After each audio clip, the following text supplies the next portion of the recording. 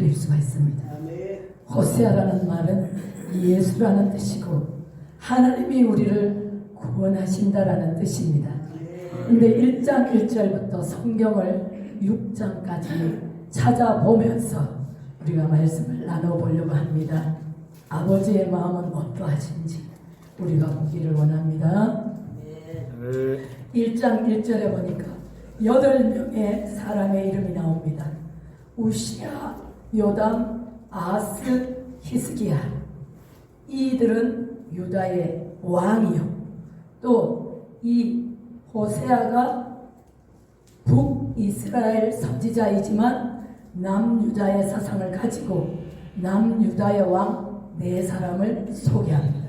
이 호세아가 활동할 그 시기에 이 4왕은 이 유다의 차례대로 왕이 되었던 사람들이고 그 밑에 보면 곧 요아스의 아들 여로보암이 이스라엘의 왕이 된 시대라고 말하고 있습니다. 그러니까 북이스라엘과 남유다의 지금 왕들을 거론하면서 부엘리의 아들 호세아라고 말하고 있습니다. 그 호세아는 하나님의 선지자였지만 아버지 부엘리는 그렇게 유명하지도 않는 분인 것 같습니다. 한번 성경에 딱 나오고 안 나오죠. 그리고 그 아들 호세아 역시 선지자이지만 정말 시골에 촌락한 곳에 아주 작은 그런 선지자의 한 사람입니다. 그럼에도 불구하고 그를 하나님이 불러서 하나님의 마음을 그에게 보여주고 하나님의 뜻을 그에게 전달하여서 호세아가 하나님을 알고 하나님의 마음을 알아서 하나님의 뜻을 증거하였던 것입니다. 통일왕국 시대의 1대 왕은 우리가 잘 알듯이 사울 왕이죠. 40년 동안 왕권을 가지고 이렇게 이스라엘을 다스렸습니다. 두 번째, 고난 가운데 있는 다윗이 왕이 되고, 세 번째, 그의 아들 솔로몬이 왕이 될 때까지는 이스라엘이 통합된 하나의 국가로 이렇게 굉장한 전성기를 누렸던 시대입니다. 근데 솔로몬의 아들 르호보암이 왕이 되면서 그들의 마음이 완악해지고 국민들의 세금을 너무 많이 거두면서 12개의 그 지파가 이제 갈라져서 두 나라가 되었습니다.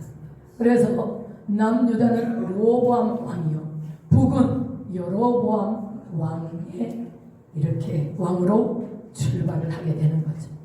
호세아는 정말 북이스라엘의 선지자였지만 이 유다를 먼저 말하는 것은 남유다의 하나님을 사랑하는 그 사상을 그는 가지고 있었던 것 같습니다.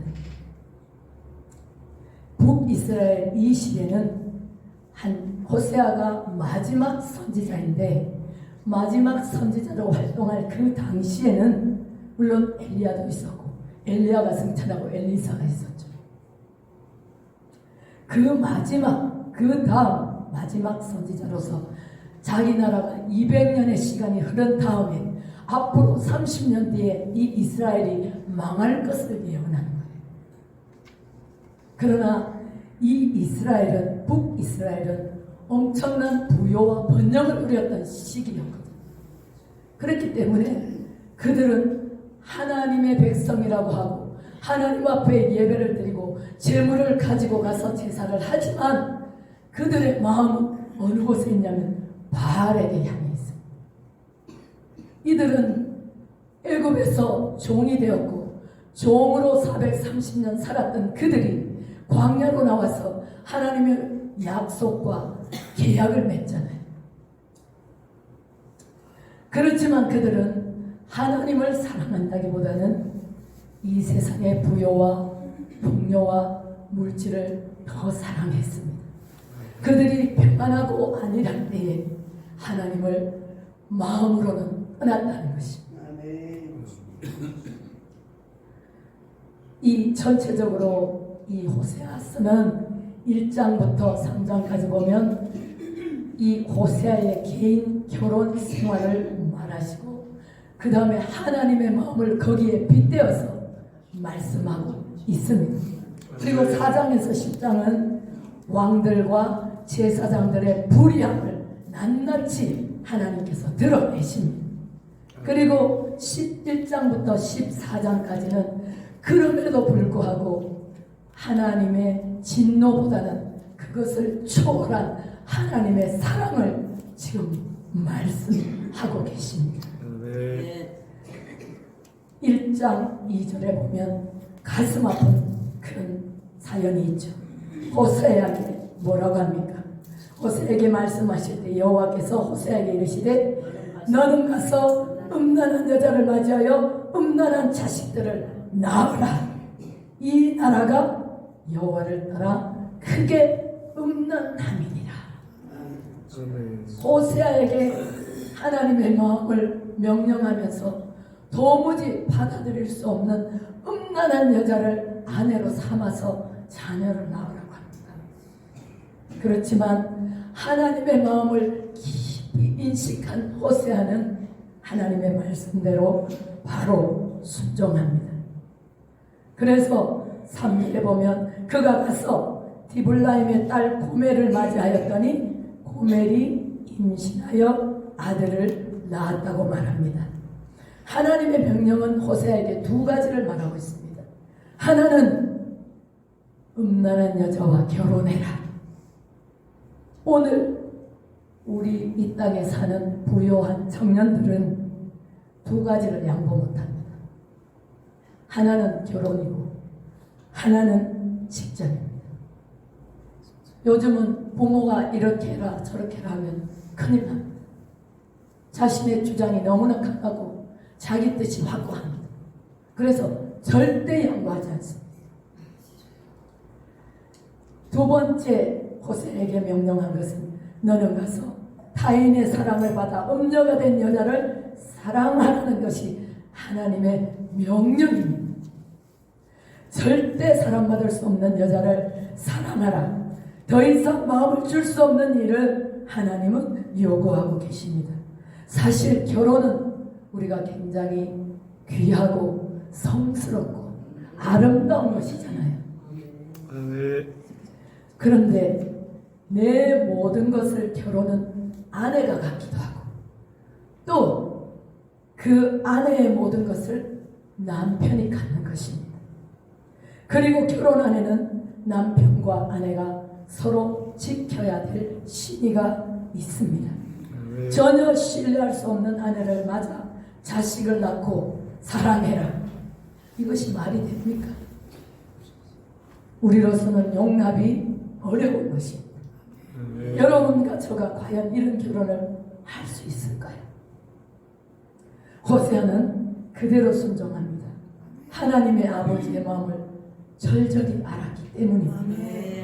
1장 4절에 보면 여호와께서 호세아에게 이르시되 그의 이름을 아들을 낳아서 이스라엘이라고 하라고 말씀하십니다. 이 이스라엘은 두 가지의 뜻이 있는데 하나님이 찢어서 흩어버리겠다. 두 번째는 흩어버림을 당한 그들을 새로이 심겠다. 그러니까 하나님의 심판과 하나님의 사랑이 다시금 그것에 공존하고 있지 않습니까? 이 이스라엘이라는 것은 이스라엘의 지명입니다. 그리고 이 이스라엘에는 과거에 번영하고 굉장히 부유하고 멋진 도시였지만 이 이스라엘이 결국 이 북이스라엘의 19명의 왕들이 수도 없이 유다에는 다윗의 후손들이 계속 이어서 왕이 되었지만 북이스라엘에는 계속 반역해서 권력을 찬탈하는 그런 사실. 그래서 왕들이 계속 바뀝니다. 어떤 사람은 몇 달, 어떤 사람은 거의 6개월을 넘지 못한 왕들이 많이 있습니다. 그런 가운데 이 이스라엘이라는 땅은 그 유명한 아합이 있지 않습니까? 아합 왕은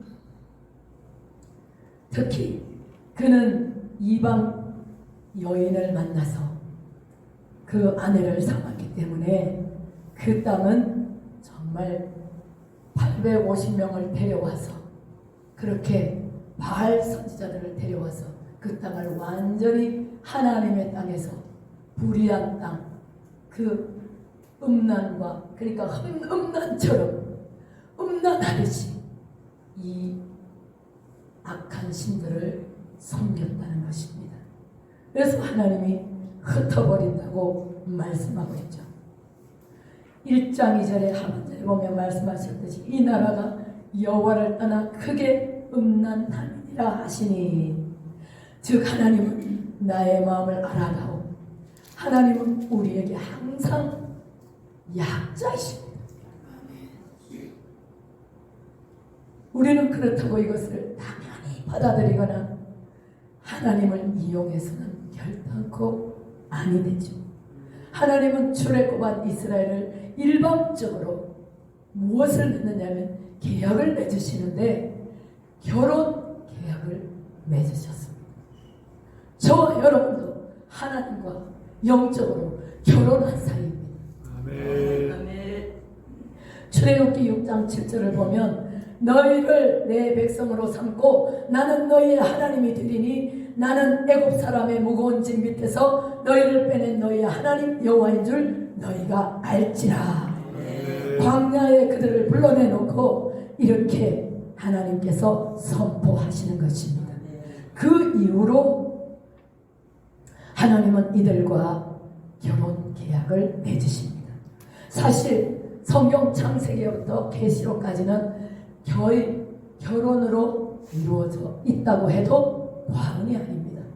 창세기에는 하나님께서 하나님 보시기에 좋았더라 좋았더라 좋았더라 천지를 창조하시고 그곳에 아담을 만드시고 아담 홀로 독주하는 것을 기뻐하지 아니하시고 그 아내를 하와를 만들어 아름다운 가정을 세워 이 창세기에 그 에덴을 완성하시니, 그렇지만 인간이 약속을 어긴 것이죠. 결국 룻기에도 룻이 보아스를 만나 그 후대에 예수 그리스도의 계보가 이어졌지 않습니까? 그리고 온 인류의 구원의 길이 되었습니다. 에스더 역시 이방 나라 바사 페르시아, 현재 페르시아의 그런 왕후 바벨론으로 포로가 되어서 그 땅이 또 여러 그 과정을 거치면서 페르시아가 패권을 잡았을 때 이 에스더는 그 나라의 왕후가 되었죠. 그 왕후가 되어서 결국은 이스라엘이 갈 바를 알지 못할 때에 그들을 구원해내죠.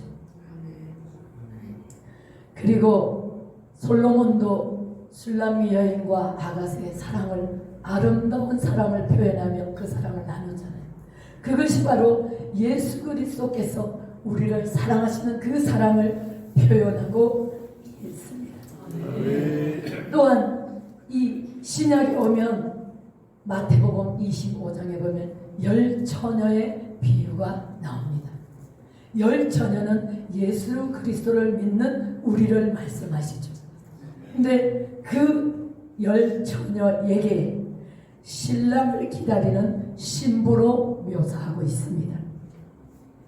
요한복음 2장에도 가나의 혼인잔치를 통해 예수님은 첫 번째 사역을 시작하십니다. 이렇듯 계시록에도 계시록 21장 2절은 거룩한 성 새 예루살렘이 하나님께로부터 하늘에서 내려오니 그 준비한 것이 신부가 남편을 위하여 단장한 것 같더라. 마지막 나팔에 호련히 변화하여 신랑으로 오시는 예수님을 만난 성도인 우리를 묘사하고 있습니다. 이처럼 하나님은 우리와 결혼관계의 계약을 맺으시고 그들을 이끌어 시내산 꼭대기에 강림하셔서 모세를 통하여 출애굽기 20장의 십계명으로 결혼 계약서를 작성하셨습니다. 계약을 지키는 이스라엘은 하나님께서 복을 주시고 그들을 지키시고 그들과 함께 하시고 그들을 인도하십니다. 아멘. 어떤 한 남편이 아내를 너무 사랑해서 20년의 그 시간을 보내면서 그 아내를 위하여 20년 동안 조금씩 돈을 모아서 20년의 그 결혼 20주년을 준비를 했습니다. 그래서 그 20주년 선물을 목걸이를 준비했어요. 그래서 그것을 준비하고 포장을 하고 거기에다가 20년 동안 나는 너무나 당신을 사랑했고 여전히 지금도 앞으로도 나는 당신만 사랑할 것이라고 예쁜 글씨로 적어서 그 아내에게 사랑 고백을 하면서 그 목걸이를 그 아내에게 주었습니다. 그런데 그 목걸이가 몇 달 뒤에 보니까 어떤 남자에게 걸려 있는 것입니다. 여러분, 이것은 막장 드라마가 아닙니까? 오늘 이스라엘 백성이 이와 같다는 것입니다. 그 기분이 어떨까요? 그 남편이. 호세아가 고멜이 그런 상황이고 이 하나님과 이스라엘이 그런 상황인 것입니다. 이런 비참한 마음을 알리기 위해서 착한 호세아를 부르셔서 하나님의 마음을 나타내시고 계시는 것입니다. 오늘 우리 다시 세운 회개각성 부흥협의회도 하나님이 너무 사랑하셔서 너희들이 내 마음을 좀 알아.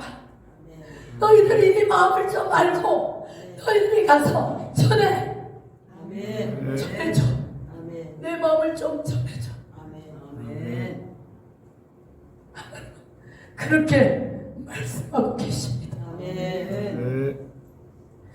1장 5절에는 이스라엘의 자녀의 이름이지만 이 이스라엘은 우상과 예후 이와 같이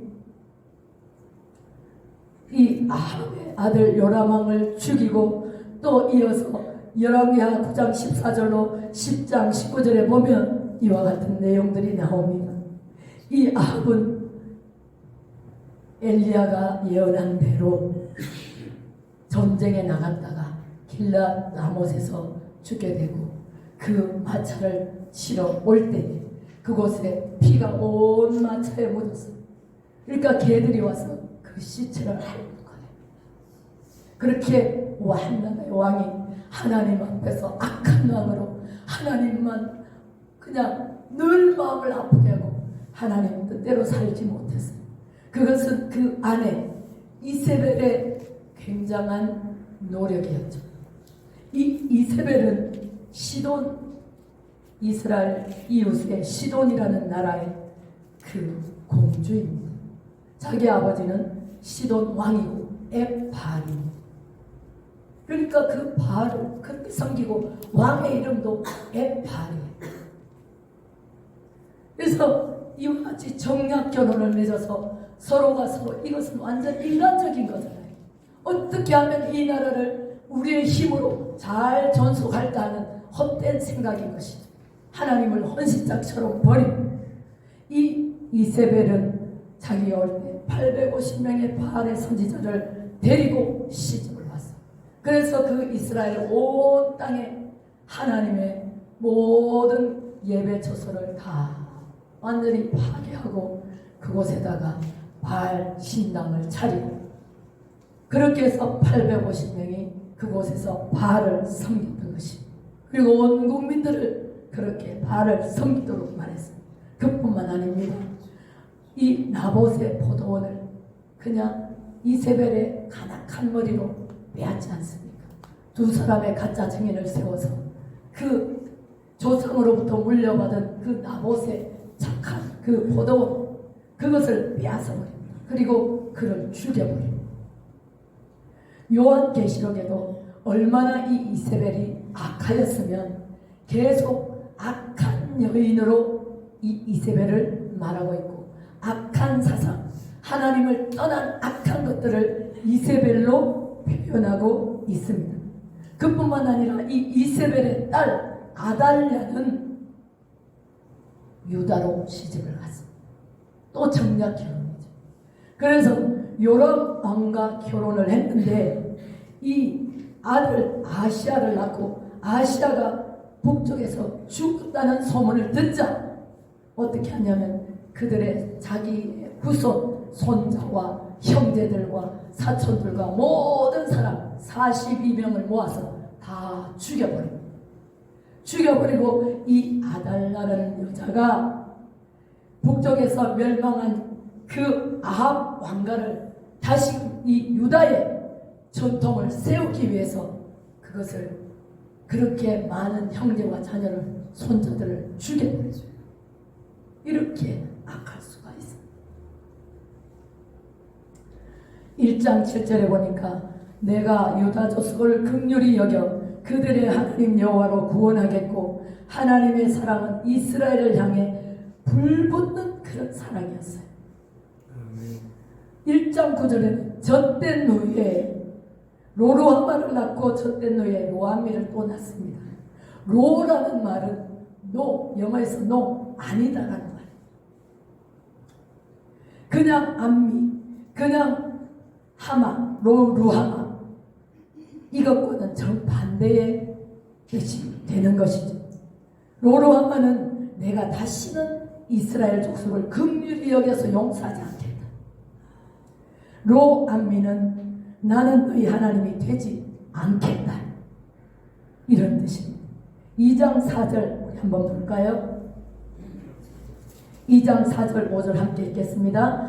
내가 그의 자녀를 긍휼히 여기지 아니하리니 이는 그들이 음란한 자식들이니라. 그들의 어머니는 음행하였고 그들을 임신했던 자는 부끄러운 일을 행하였나니 이는 그가 이르기를 나는 나를 사랑하는 자들을 따르리. 그들이 내 떡과 내 물과 내 양털과 내 삶과 내 기름과 내 술들을 내게 준다 하였습니다. 이 말씀은 자세히 살펴보면 호세아의 자녀가 아님이 나타납니다. 왜 그러냐면 내가 그의 자녀를 긍휼히 여기지 아니하리니 이는 그들이 음란한 자식들이니라. 그러니까 자녀를 큰아들 이스라엘을 놓고 또 집을 나간 거예요. 그래서 나가서 음란한 일들을 행하니까 자녀가 생겼어요. 그래서 또 돌아가서 로루함을 낳습니다. 그리고 또 젖된 후에 또 로암미를 낳습니다. 근데 여기 성경은 분명히 그들의 어머니는 음행하였고 그들을 임신했던 자는 부끄러운 일을 행했다고 말하고 있습니다. 2장 4절에 보면 그렇습니다. 이들이 하나님이 내 떡과 내 물과 내 양털과 내 삶과 내 기름과 내 술들을 내게 준다 하였고 그래서 집을 나가서 음란을 행하고 있다 이렇게 말하고 있지만 사실 이것은 누가 줬습니까? 하나님이 주신 거잖아요. 아멘. 이스라엘 하나님과 결혼했지만 이들은 백성들 속에는 하나님의 모습은 도저히 찾아볼 수가 없고 바알의 모습만 보이고 있습니다.